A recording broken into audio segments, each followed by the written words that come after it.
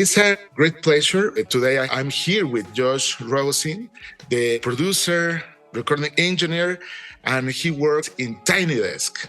Welcome. How are you? Yes, I'm very well. Mucho gusto. I worked at Tiny Desk. I actually just left the program after 10 years to pursue my own projects, and I'm very excited for the future. Okay, so let me ask you something. How did you get started in audio, and how did you get involved in Tiny Desk?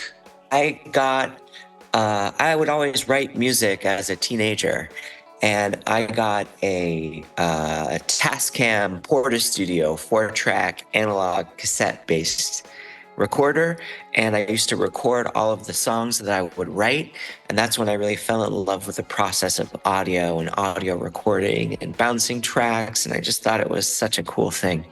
So I was actually doing theater and performing all throughout high school and in college. Every summer home, I would star in rock and roll musicals like The Who's Tommy. I played Tommy, and I was Claude in Hair, and I was Riff Raff in Rocky Horror Show for 3 years in a row.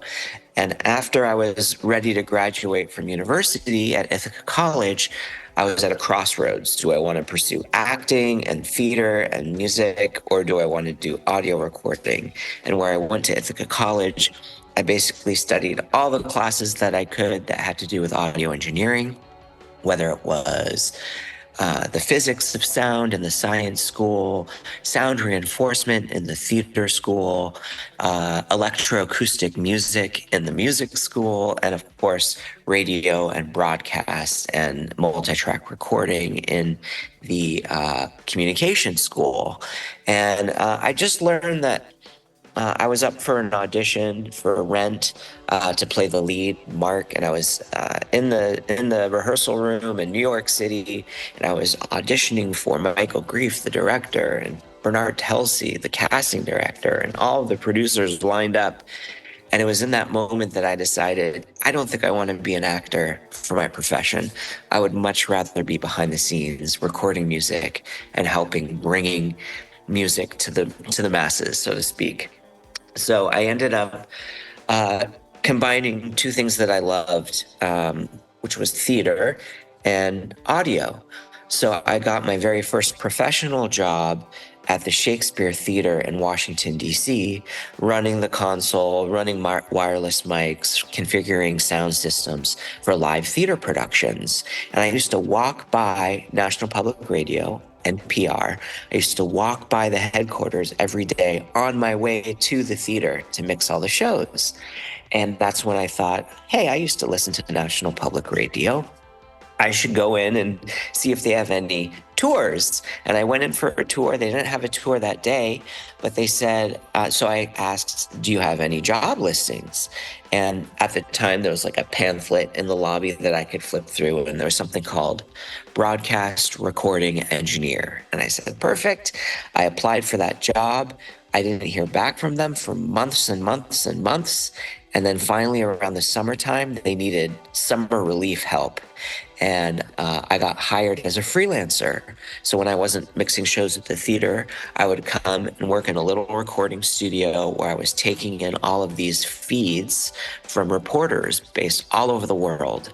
And that's when I learned how to use processing chains like a parametric or paragraphic equalizer by Orban, and I used a peak notch filter to get out hums and problematic frequencies in the tape that all the reporters would send.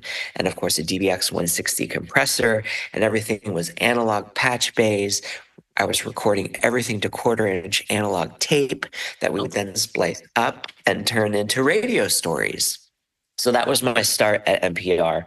Fast forward, about 15 years later, and I worked in many different public broadcasting organizations as an audio engineer. I was very happy that I didn't decide to do theater because I was able to do collaborations with National Geographic and National Public Radio on a series called Radio Expeditions. And that's where I learned all these incredible stereo sound gathering techniques, such as MS stereo, which is the main shotgun mic for tiny desk, ORTF, which is the French way of recording with two cardioid condenser microphones at 120 degrees. I learned about binaural, two omnidirectional microphones, head widths apart, and spaced omnis. And I basically, throughout that process, devised all of the knowledge I needed capturing documentary sound for telling stories on the radio. And I basically applied all of those stereo sound gathering techniques and applied them to how I record music. And that's how I invented the sound that is now the sound of the Tiny Desk concert series. And since I've left, I've taught all the other engineers how to do it. So basically, yeah, it was a wonderful journey. I was working with Bob Boylan very early in my career at National Public Radio. He was the director of our main news program called All Things Considered, and I was the audio engineer. And he would hand me CDs, and I would play them live on the air in between the news stories. And the music got so popular, everyone would write to Bob saying, "What is the music that you played between this news story and this news story? I need to know what that music is." And that's when Bob decided to start All Songs Considered, which was before podcasting, long before podcasting. He created a radio show for the internet.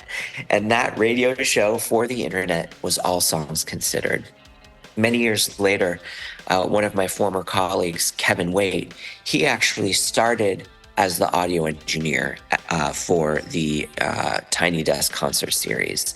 And Kevin was the one who decided to use the stereo MS stereo shotgun mic from Sennheiser, the 418S, because he wanted to capture the music as a journalist.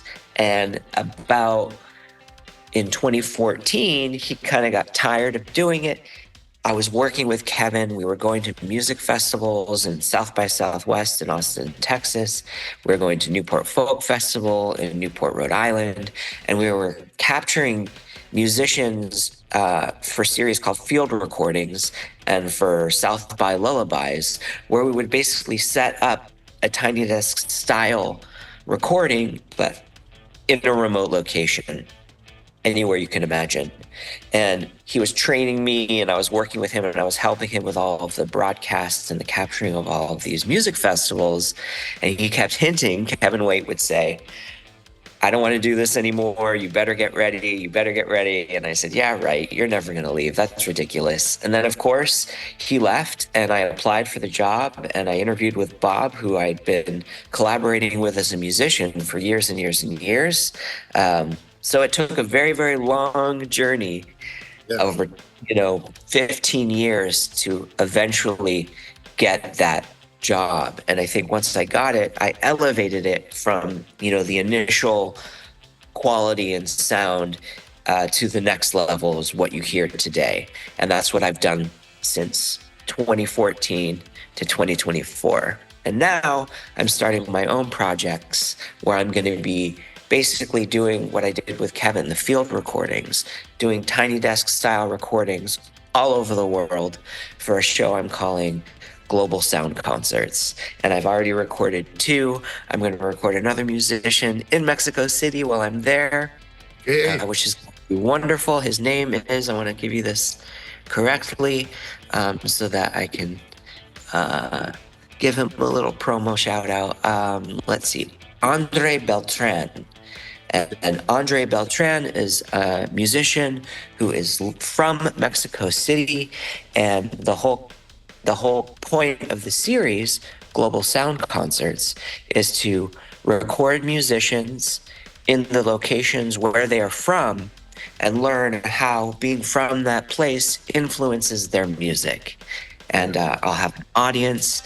And once I record 10 of these, I'm going to release them on YouTube. It's like a season, and hopefully it'll get a lot of traction. I'm just interested in recording things that I love, and then I'm going to worry about the rest later.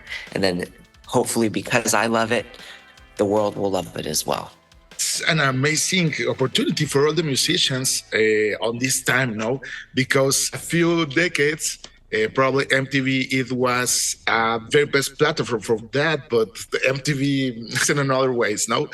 For me, the importance of Tiny Desk these years is that it has done even more than MTV did at the time, generating quality musical content of all genres from around the world. And for example, could you tell to the audience what is the importance working in high quality as a recording engineer? For example, in some pictures, I saw a Neumann microphones, this Neumann head, the large capsule microphones. Could you explain that, please? Yeah, of course.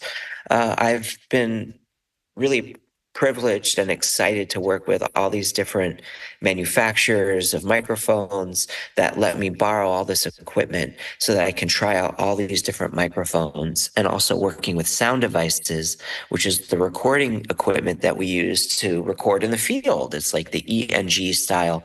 It's what they use on movie sets and on film sets and on television programs.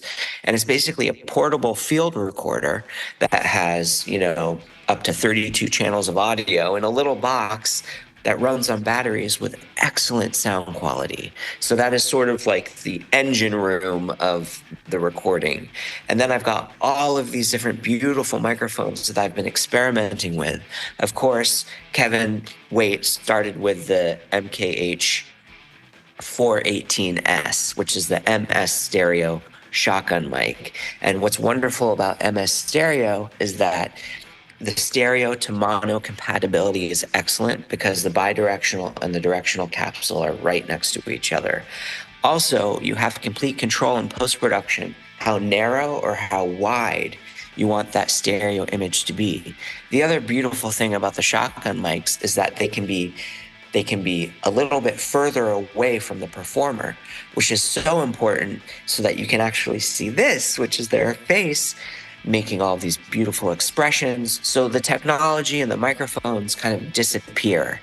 And that's why it sounds like magic, because it's like, hey, where are all the microphones? I don't see a big, large diaphragm in front of them. I don't see them wearing big headphones. There's no monitors in the room.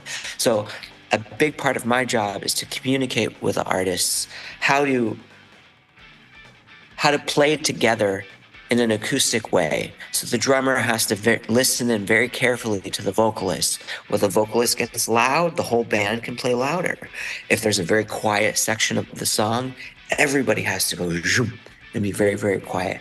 So I spend a lot of time communicating with the musicians how to make it sound the best it can for my recording style, which is much different than being in studio. So in addition to the MKH 418S by Sennheiser, I've really been enjoying using the Soyuz 013 FET microphones behind the piano, and they're beautiful. They're sort of at the gold capsules and the cream bodies. Beautiful sounding mics. I love working with Soyuz. They're excellent. And I also have been using the Soyuz bomblet for kick drum, and it's just like thump, thump, thump. It's like the best sounding kick mic I've found. I just love it. And I've used the Heil PR40, which I liked a lot on kick. I also used the RE20, which I liked a lot on kick.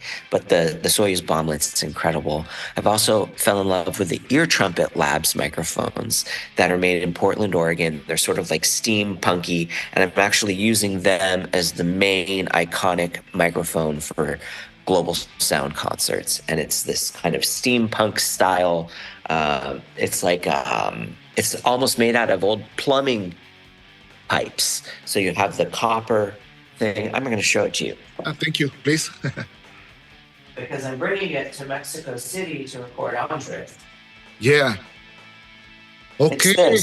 Yeah. So it's sort of made from an old sort of like plumbing pipe, and it's a large diaphragm condenser microphone, and it's wonderful for recording outside because it has this dead cat that can go on it, and it's a very sort of iconic looking mic. And I love how I like mics where you can focus the capsule so that I can have this microphone lower, so he doesn't have to sing like this with this in front of his face. It can be lower like the shotgun mic, and then it has this ability to angle up. It also has this very cool pop filter that is the same design as the mic itself. So there's a little pop filter on the front of this, but I also use the fur when I'm outside that just connects with magnets. So that's the Ear Trumpet Labs. The most popular one's the Edwina. This is actually one called the Delphina, which has a little bit better lower end response. The Edwina is designed to be close mic'd, like a closer, like 3 to 5 inch distance from the performer, like a traditional large diaphragm Neumann U87 or something like that. But this one is designed with a flatter frequency response, so it can be actually a little bit further away. And I like that because it picks up more of the surroundings. Andre plays an acoustic guitar, so it's going to pick up some of his acoustic guitar, and it's going to be a little bit more in the style of Tiny Desk, where we sort of embrace the bleed of all the other instruments into the vocal mic. And it's kind of a part of the recording is that there's all this surround sound that gets into the main mic that captures the vocals. So I just love this thing. I think it's so cool. You know, for $600 for a large diaphragm condenser, it's actually a very reasonable price. So I'm looking forward to using the Ear Trumpet Labs stuff, and there's all kinds of other mics. The Neumann clip-on mics I've been enjoying, the MCM 114s as a replacement for the DPA 4099s, which are the instrument clip-on mics, which are great. And what else? I'm just trying to think. I had the Neumann head that was just loaned to me because I like having a binaural recording for the audience. So it kind of sounds like you're in the room. About the applause, I had it about 10 feet from the band and about 9 feet in the air. And it was just the suspended head. And I love the look of this floating head above the Tiny Desk, kind of listening with the rest of the audience. But of course, Neumann wanted it back because it cost $10,000. They weren't going to give it to me. So they asked for it back. And up in its place, I've done a number of different things. I've had Schoeps MK4s, Schoeps MK2s for the Omnis, and then I've also used another company that I love working with is AEA, and they make beautiful ribbon microphones, and they have the R88, which is actually the Bloomian style recording, which is 2 bidirectional ribbon microphones like this, and I use that instead of the head hanging in the air, and it's just it's a beautiful stereo microphone. And in addition to that one, AEA also makes what is it called? I think it's something 08. Let me look it up super quick. Yeah, these have been awesome, the ribbon mics. And they actually, some of them are passive and some of them are even active. And they also make some preamps that pair very nicely with the passive ones. I've been using, let's see, where are the mics? EA N8. And this one is a beautiful, active, but it's a very flat response. So it's good to be a little further away from the source. And it's like a flat, it sounds great. And then the counterpart to the N8 is something called, the Nuvo N8 is something called N22. And the N22 looks just like the N8, but it's silver, the Nuvo N22. And it's wonderful because you can actually close mic, like what I would love to use it for is close micing a guitar amp. And I wouldn't need to set up an SM57 and the Royer, ribbon mic together, because usually the ribbons are a little bit darker. So I use ribbons to record like horn sections that have a little bit more of a brittleness to them, or strings that are super brittle. If you use a ribbon mic, it kind of can soften out those sharp edges. But what's beautiful about the N22 is that you can close mic a guitar amp and it still sounds great. You don't have to add a 57. I just use the N22, where I'll use the N8, which is the more flat response ribbon mic, on strings and on horns. Okay. And then, of course, the Bloomian style R88 for the audience mics. And what's cool about that is because it picks up the band, but it also picks up behind it. It's almost like a 360-degree pickup pattern because you've got a bidirectional in both directions for the Bloomian style stereo. Okay. Wow. Yeah, it's a big work. This is very, very incredible because sometimes just a little people don't know how this process. So how important is audio quality in projects like this? I ask you because many people believe that it's very easy, or sometimes, yeah, they tell me, wow, we can record it. You only work with one microphone, no? It's no? No, I think I just hide the microphones very well. So like I'll clip on KM84 Neumann microphones and I call them underheads under the drum set. So I don't like having big mics in the frame. So I'll actually use these little Pedco clamps on the hardware of the drum set, and I'll have like one pointed up towards the crash and one pointed up towards the ride, and so I'm kind of recording it incorrectly from underneath because that's just a visual decision. Of course, if there was no visual involved, I'd have them above where everything else is for the bell. But I've found that I can still make it sound really excellent by having the microphones in a lower profile so that it becomes more about the music and not all about the gear everywhere. Oh, there's a big boom. And I don't really want to see it. I don't mind seeing it, but I want to try to make it as minimal as possible. So using the little clip-on Neumann MCM 114s on like string sections, or using, obviously mics to record amplifiers, obviously DIs you don't see in the shot.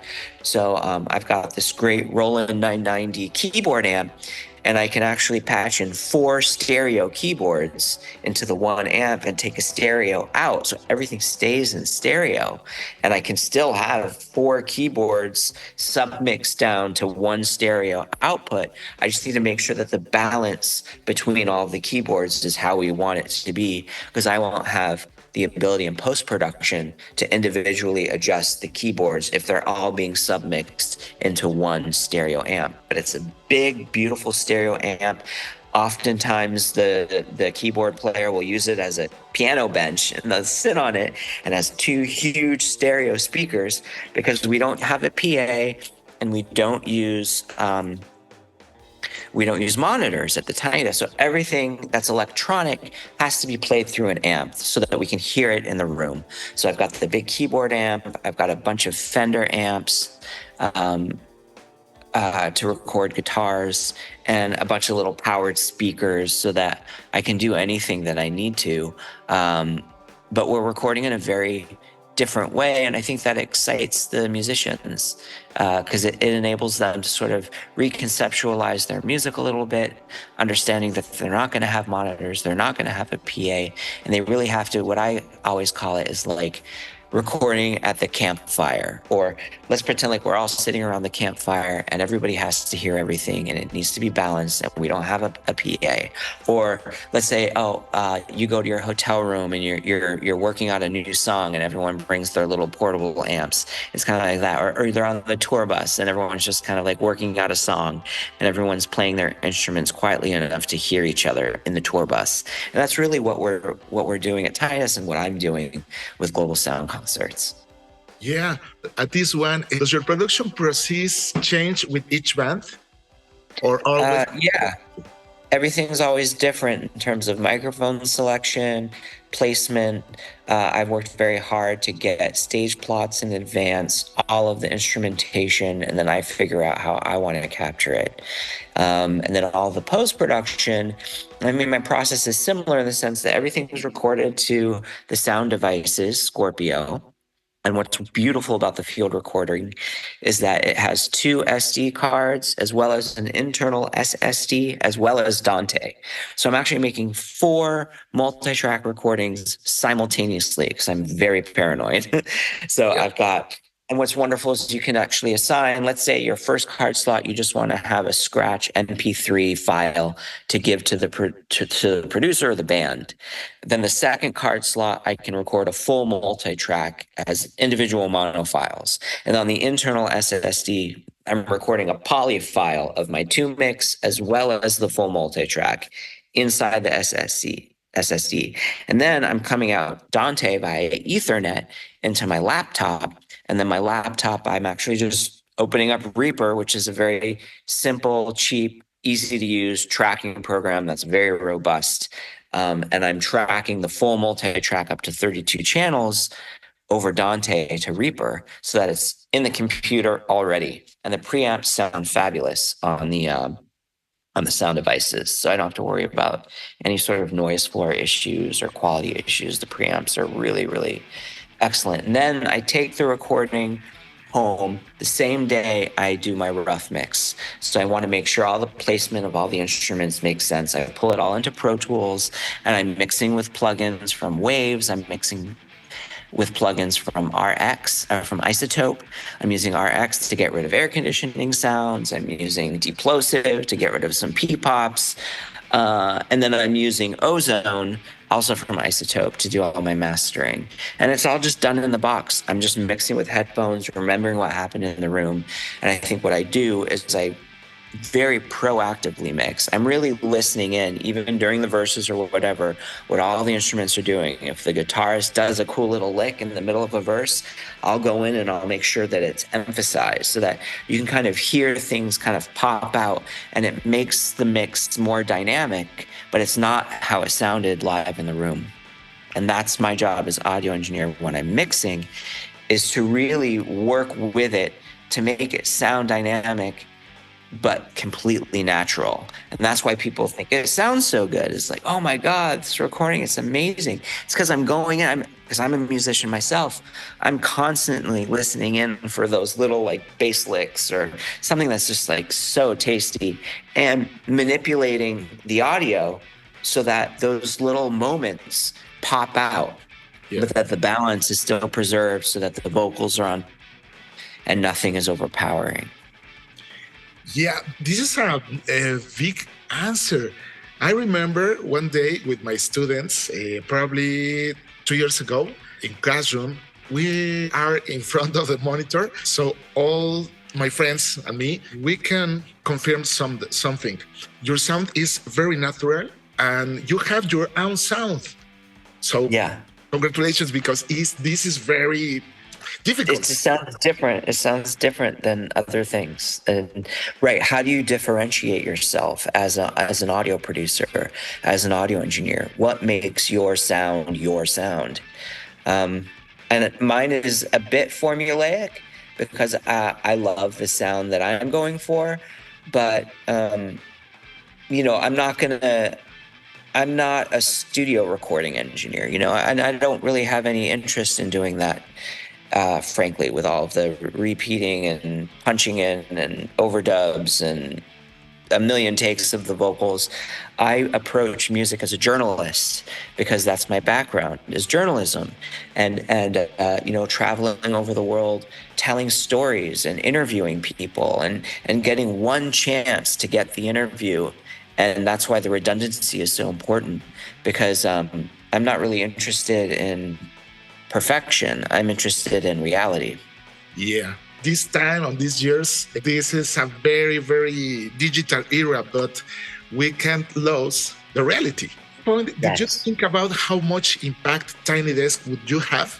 Yeah, I mean, the response has been wonderful. I've worked hard to create a social media presence. Please follow me at Josh Rogosin. And that has helped me build my brand as an audio engineer. And I'm now, for the first time, trying to, go on my own path, but I'm using all of my experience and all of my connections. What's wonderful is that the 800 Tiny Desk concerts I recorded and mixed over 10 years, those 800 shows are going to live forever on the internet. No one's going to take that away. And that's really something that you can think about as an audio engineer, not to be afraid to try new things, is that all of the work that you've done before will continue to exist forever. And that's my legacy. So I do feel very honored and proud that the response, if you read any of the YouTube comments, half the time there'll be many, many shout outs to, oh my gosh, this sounds incredible. And of course I see it and I acknowledge it. And I'm so humbled and honored to have created it.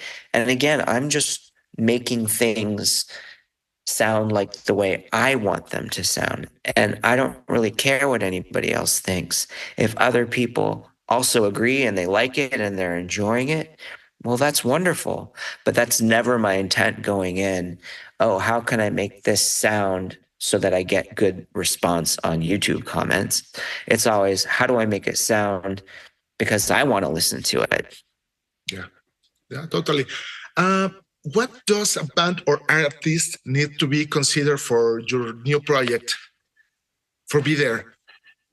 The only requirements for the new project is that, well, I have to love the music. I have to watch it, and it's like it's gotta really hit me in the head, so to speak, and really make an impact. And then the only other requirement is that I want to record these musicians where they are from.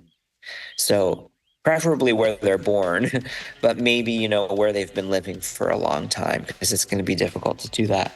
And I want to record them in iconic locations. So with Andre, there are two locations. We're either going to do it at Frida Kahlo's house, which will be incredible. We're still waiting to get permission. And the other one is, let me get the name right. Yeah, thank you. Nido de Quetzalcoatl. Nido de Quetzalcoatl. In Todos Santos, spending this time coordinating recordings and being with them because, they're in their 80s and I want to spend time with them before, while I still can. And it's been wonderful because I've been talking to all these people in Baja California Sur, who are from Mexico City, and they've been giving me all these wonderful suggestions about where I can go, what I can do to record. And they also made the connection for me. My friend who works, his name is Rodrigo Montes. He works at El Gonzo in San Jose del Cabo. They have a recording studio in the basement. I don't know if you're familiar with it. It's beautiful. Okay. And he's the one who connected me with Andre for our recording that we're going to do either at Nido or at Frida's. Which has been the most fun, and if you could tell some anecdotes? Could you tell me a little stories or a pair of stories about that? Yeah, I've got many stories, many stories. 800 concerts later, I have many stories. One time, David Crosby came to sing with the Lighthouse Band, and Michael League, who had Snarky Puppy, was heading up that band. And they were all rehearsed and ready to go at the Tiny Desk, and David was having an interview and he was late, and they let in the audience, and then David arrives and he says, "What? How can I do this? I have no monitors. How am I supposed to hear myself? This is going to be terrible." And I said, "I know, Mr. Crosby, I'm happy to set you up with a monitor. It's no problem, but can you just do me a huge favor and sing the first song, see how it feels? And if you still need a monitor, of course, I'll bring one out." He said, "Oh, okay, fine." Then they sang through the first song. It was like tremendous applause, and then we just kept going. So that was nice to kind of talk him off that ledge. There was another time, let me think, with Mac Miller. One of the most famous Tiny Desk concerts was with Mac Miller before he passed, and Thundercat flew in from Europe. He was on tour just so that he could perform with Mac. Thundercat had done a Tiny Desk before, and the Thundercat story is funny too. I went into the green room and I plopped myself down. I said, "Oh, I'm so excited you're here. I love your music. This is going to be so much fun." And he kind of just went, because he had been on tour. He was exhausted. He's like, "I don't know how I'm going to do this. This is like, I can't believe we're in this office. What's going on?" And then he plugged in and he played his bass so quietly. He barely turned it up. It was like so quiet. But of course, in post-production, I'm cranking it and making it huge and stereoizing it and making it sound larger than life. And I love the way that recording came out because his bass sounds just like how I wanted it to sound, not how it sounds on the album, but how I want it to sound. So that's such a privilege. And then, of course, he played through the first song. His voice was hurting him. He was not happy. But after the first song, again, tremendous applause. And he was like, all right, I get it. I can do this. And then I think because he was not feeling great in full voice, he overcompensated by playing the most incredible bass licks I've ever heard. It is in Thundercat's Tiny Desk performance. So I think he felt like he needed to compensate for being tired and on the road by just like playing a monster bass solo. Yeah. In that changes, just incredible. And then with Mac Miller, the vibe was just so much fun. He was just joking around with all of his bandmates. He was very quiet. He didn't want to talk between the songs. And the one note that he said to me after the recording was, just make the bass as fat and as loud as you possibly can. That's my only request. So I hope I did it a service. It's out on vinyl now, so that's cool. Okay. Yeah. Only this performance or all the performance on your previous There's work? A few. There's a handful of recordings that are out on vinyl. Fred, again, is about to release his or has released his on vinyl. And then there's a bunch that are on streaming services. Dodie released hers, which I love, Dodie's Tiny Desk. She released hers on streaming services. There's a recording I made of Shaky Graves that's on streaming services, as well as Coldplay. Coldplay's is on streaming services as well. Future plans with this new project, and how could we invite to the new generations, new bands, new musicians for you? Yeah, I have 3 different projects I want to work on simultaneously, one of which is Global Sound Concerts that I just told you about. The second one is recording musicians in embassies. In Washington, D.C., there's beautiful embassies on something that's called Embassy Row, Massachusetts Avenue. And a lot of the embassies have the same architecture as the country that they're from. And I thought it would be interesting to invite musicians from those countries to play at these embassies on a show that I'm going to call Embassy Row. And then the third idea is I'm a huge lover of theater still, as I was a performer when I was younger. And I want to have another series that I'm pitching called Ghostlight Concerts, where the ghost light is a light that they put out on stage after every performance so that the theater is never dark. So it's like a superstition that they have to have a light on in the theater. And I want to have intimate recordings of Broadway performances for new musicals to help promote the shows, to give something for the fans that's different. Because every time you see like on TV, like an ad to go to the theater, it's just like clips from the show and in production on stage. And I never feel like it works at all. With video, you really need that intimacy. So I want to create some content that provides that intimacy to spread the word about theater. So those are the 3 shows that I'm piloting. And it's all a work in progress. I'm going to make what I love. And if other people love it, wonderful. Honestly, your work is very, very great. It's your legacy, as you say. So can you give me an advance probably or tips for my students, for me, for all the people? Yeah, I think communicating with your musicians when you need something is very important. Not to be afraid, no matter how famous they are, if they're too close to the mic, if they're not playing, if they're not working the mics appropriately, if the drummer is just so loud that it's bleeding into everything, being able to communicate with the musicians and use your ear to make sure that you're getting what you need to make the recording as successful as possible. And that also goes for if there's a mistake that you've made. I've had instances where I didn't have a track armed, or I had an instance with Anderson .Paak when he came the second time. He sat at the drum set and the mic was really far. During sound check, it was up close. And then when he did the show for real, the mic was pretty far away. So I was getting really too much drums and not enough vocal. So I let them finish the song, and then I jumped up on the desk and said, because I'm a very sort of, I'm not shy, and that's important when you're an audio engineer, because you need to tell people and communicate very clearly in a really happy, excited way. And that's a huge part of what makes me successful. So I jumped up on it. Oh my God, that was awesome. I said, Anderson, the microphone's a little bit too far from you, so I'm going to just go in and scooch it in. Would you guys mind doing that song one more time? And then I go to the audience. Do you guys want to hear that again? Oh my God, yes. And then, he started that take with "Yes, Lord," which is his like iconic thing. And it ended up being a perfectly excellent retake, even better with more energy and action, because I brought that to that moment. I brought that energy, and I made having to redo something fun instead of like, oh shit, we have to take this very, very seriously. We got to redo. Oh my God, this is Tiny Desk, and if I mess it up, then it's going to be on the internet forever. So I try to have that very casual, we're just having fun here attitude, no matter what, no matter how high pressure, no matter how famous the person is that I'm recording.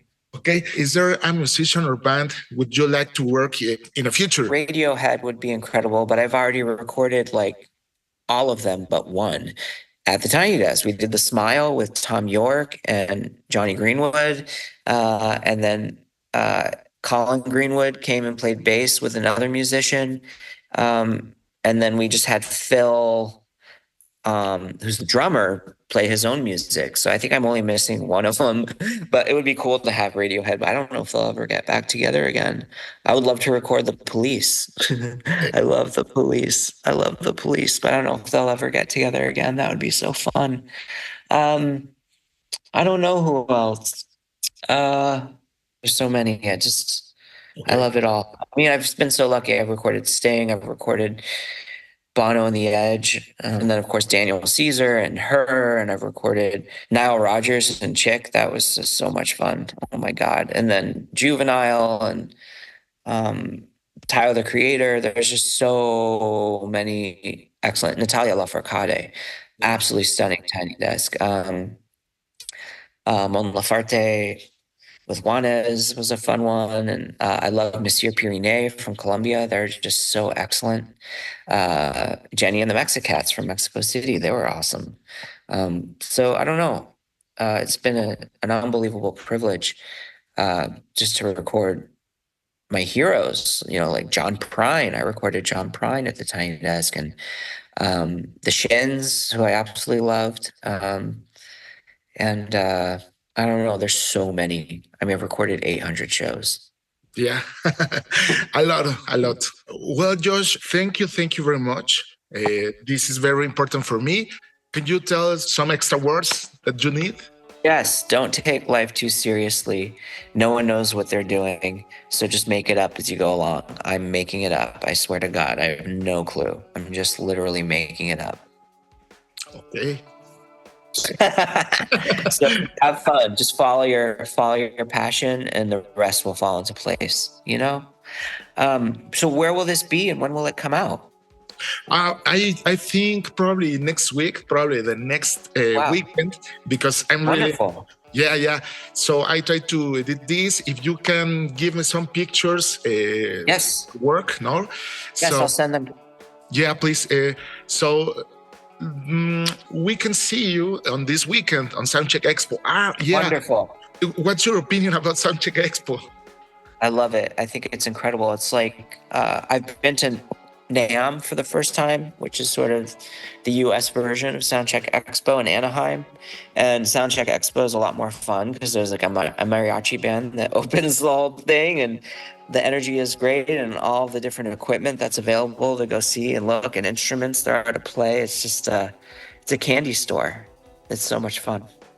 Yeah, so you have a big experience here in soundcheckxpo in Mexico.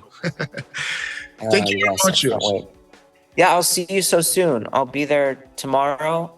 I get there tonight, and I'm going to make the recording tomorrow. And I'm also going to talk to some students at Tech of Monterrey, and then I'm giving the talk at the Genelec Bari International booth on Sunday at 1. And please send me the article when it comes out. will there be any sort of visual thing as well? Like, are you going to use any of the Zoom interview or just pictures? Yeah, obviously I can edit this interview and video. So this will be shared in my YouTube channel, Facebook Wonderful. page, Instagram, and my blog. Just tag me at Josh Rogosin, and I'll be sure to share it. Thank you very much. I'm really nice to meet you. Yeah, nice to meet you, and we can see. I hope to see you in person. Yes. Yeah, totally. Yes, this weekend. So Thank you so much. Sorry for my English, but I'm still working in that. No, you're doing so perfectly, so much better than my Espanol. So. Okay, well, we can teach together. We can do Spanish, Spanglish. You know. I love it.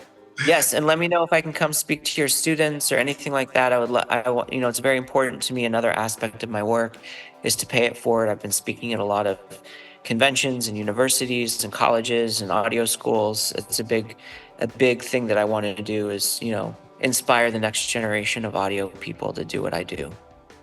Yeah, this is our mission.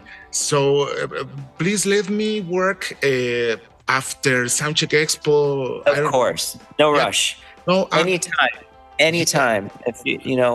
If I can come and give a presentation or do something over Zoom for a stipend or something, or to get there, that would be amazing. I would love it.